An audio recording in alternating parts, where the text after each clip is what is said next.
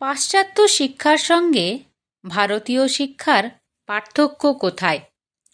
শ্রী শ্রী ঠাকুর মহারাজ এ প্রসঙ্গে বলছেন, ভারতের মূল আদর্শ অতি উচ্চ। বঙ্কিমবাবু শকুন্তলার সঙ্গে পাশ্চাত্য নারীর তুলনা করতে গিয়ে শকুন্তলাকে অশিক্ষিতা এবং দুষ্মন্তকে প্রকারান্তরে চরিত্রহীন বলে প্রমাণিত করতে চেয়েছেন। কিন্তু পাশ্চাত্য জাতির সঙ্গে আমাদের তুলনা চলতে পারে না। আমাদের যত কাব্য দেখবে তাতে ভারতের উচ্চ আদর্শই চিত্রিত হয়েছে।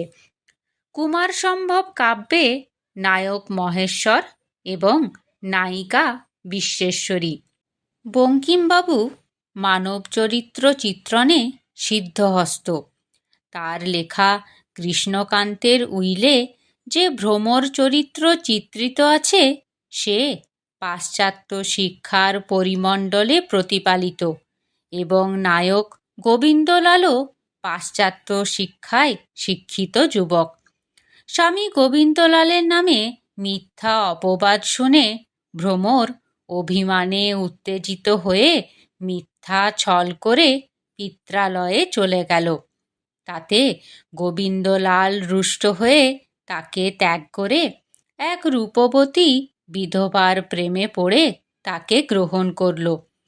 তারা যদি দুজনেই প্রাচীন ঋষি সমাজের শিক্ষা পেত, তাহলে ভ্রমর ভাবত যে আমার স্বামী অসৎ চরিত্র হলেও আমার পতিব্রতা হওয়াতে বাধা কোথায়।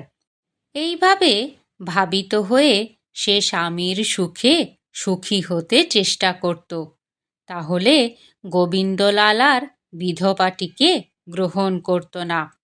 অপরপক্ষে গোবিন্দলাল যদি আর্য শাস্ত্রে উক্ত শিক্ষা পেত, তাহলে সে ভাবত, ভ্রমর আমায় ছেড়ে গেলেও আমি চরিত্রহীন হব কেন? সেক্ষেত্রে সে কখনোই রোহিণী নামী বিধবাটিকে গ্রহণ করত না। এই আলোচনা থেকে একটা জিনিস খুব পরিষ্কার, যে ভারতের যে শিক্ষা, সেই শিক্ষা আমাদের ত্যাগ এবং সংযম শেখায়। অপরদিকে পাশ্চাত্য শিক্ষা আমাদের ভোগের দিকে ঠেলে দেয়। আবার ভারতীয় শিক্ষা আমাদের আত্মসুখ বিমুখ হতে শেখায়, কিন্তু পাশ্চাত্য শিক্ষা আমাদের স্বার্থপর এবং আত্মসুখ পরায়ণ হতে শেখায়। জয় গুরু।